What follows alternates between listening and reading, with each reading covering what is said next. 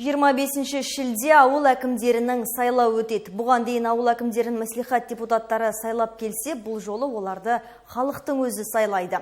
Маңғыстауда құзыреттілік аяқталған 10 ауыл әкімі бар. Олар Ақшұқыр, Құланды, Жармыш, Қызан, Тұщықұдық, Оңды, Сарға, Есет, Сам және Төлеп ауылдары.